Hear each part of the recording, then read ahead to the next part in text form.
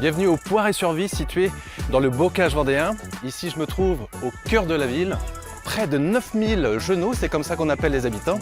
Et j'ai décidé de m'immerger pendant 3 jours pour aller à la rencontre de ces habitants qui, vous le verrez, sont loin d'être des genoux en matière d'innovation et d'engagement pour l'environnement et le bien vivre ensemble. Allez, je vous emmène. Ça tombe bien, au Poiré-sur-Vie, il y a ce qu'il faut en liaison douce, en piste cyclable, en sentier pédestre. Ça monte un petit peu là.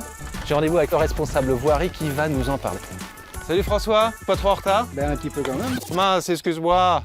Le Poiré-sur-Vie et ses nombreuses liaisons douces. Ça permet de relier les quartiers et le centre-ville. François m'emmène découvrir les innovations en matière de voirie responsable, comme ce nouveau parking réalisé par les services de la ville. C'est une création. Le parking drainant, c'est-à-dire l'eau pénètre à l'intérieur. En dessous, il y a une couche de gravier pour drainer, pour que l'eau pénètre sur les pavés. Qui a pas besoin d'enrober. Pas besoin d'enrober. Autre preuve d'amour pour les déplacements doux avec ce tout nouveau lotissement social et écologique. Nous avons fait des cheminements liaison douce en plein milieu du lotissement.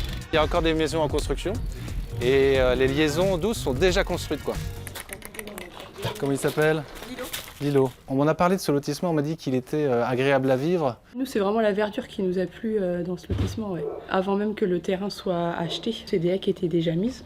Donc c'est ce qui nous a plu aussi. Il y a quoi au bout du lotissement? Les grenouilles. Tous les jours, tous les soirs, on va voir les grenouilles. C'est ici que le prince Armand donne rendez-vous à ses grenouilles. Une zone humide créée en 2014 et préservée malgré les nouvelles constructions. Autre ambiance, plus à la déconstruction, ici seront les futurs bureaux de la police municipale. Un bâtiment de la mairie rénové par les agents municipaux eux-mêmes. Nous, on a la chance dans le service bâtiment de compter un menuisier, un maçon, un électricien, 2 plombiers chauffagistes et un peintre, ce qui nous permet de répondre à différents travaux, que ce soit en termes de maintenance, que ce soit en termes de dépannage, mais aussi des travaux un peu plus importants comme on va faire ici. Vous faites beaucoup de choses en interne, mais pourquoi? Pour la collectivité, c'est d'avoir une réactivité. Ça permet aussi de valoriser nos agents qui ont des compétences. En termes de...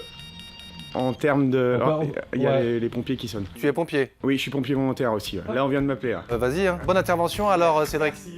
L'engagement serait-il dans les gènes des genoux? Je poursuivais mon immersion auprès des clubs sportifs de la ville.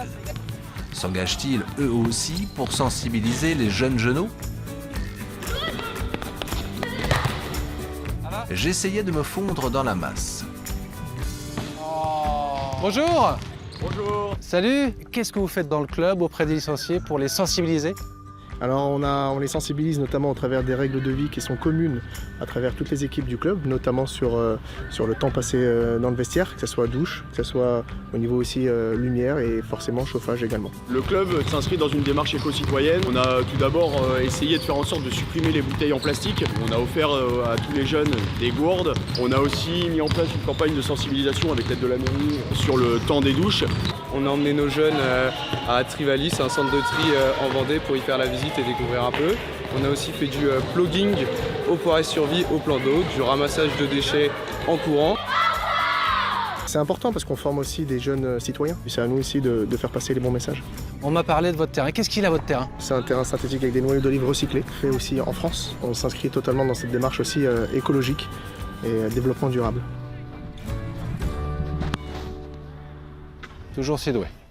C'est donc ici que je vais dormir. Ah bonjour. Mélène? Oui, Enchanté, moi c'est Émeric. de même. Oh là là. Dernière rencontre de la journée avec Mélène, propriétaire du gîte de la Millière, qui a su adopter de nouvelles pratiques pour un tourisme plus vert. La piscine, il y a un dôme qui permet en fait de conserver la chaleur. On a une borne de tri sélective juste ici, les emballages et les verres. Et on fait aussi du compost. On a 3 types de panneaux solaires et photovoltaïques. On a investi dans un vélo cargo. Ça nous fait quelques petites économies parce qu'au lieu de prendre la voiture, on prend notre vélo cargo. Voilà. Et les gens viennent chercher la nature? Exactement, là, la dame avec qui je parlais tout à l'heure, elle disait qu'est-ce que c'est calme, j'ai jamais autant dormi. Là, on est au centre de la Vendée. On peut aller au Puy du Fou, on peut aller sur la côte, on peut aller même à Nantes qui est à 3/4 d'heure, un petit peu à La Roche-sur-Yon, même le sud Vendée. En fait, tout est à 3/4 d'heure, 1 heure. Et puis en fait, si on n'a pas envie, on peut rester au bord de la piscine. Et ça, c'est trop bien, ça. C'est vrai que c'est trop bien. À demain, au Poiré-sur-Vie.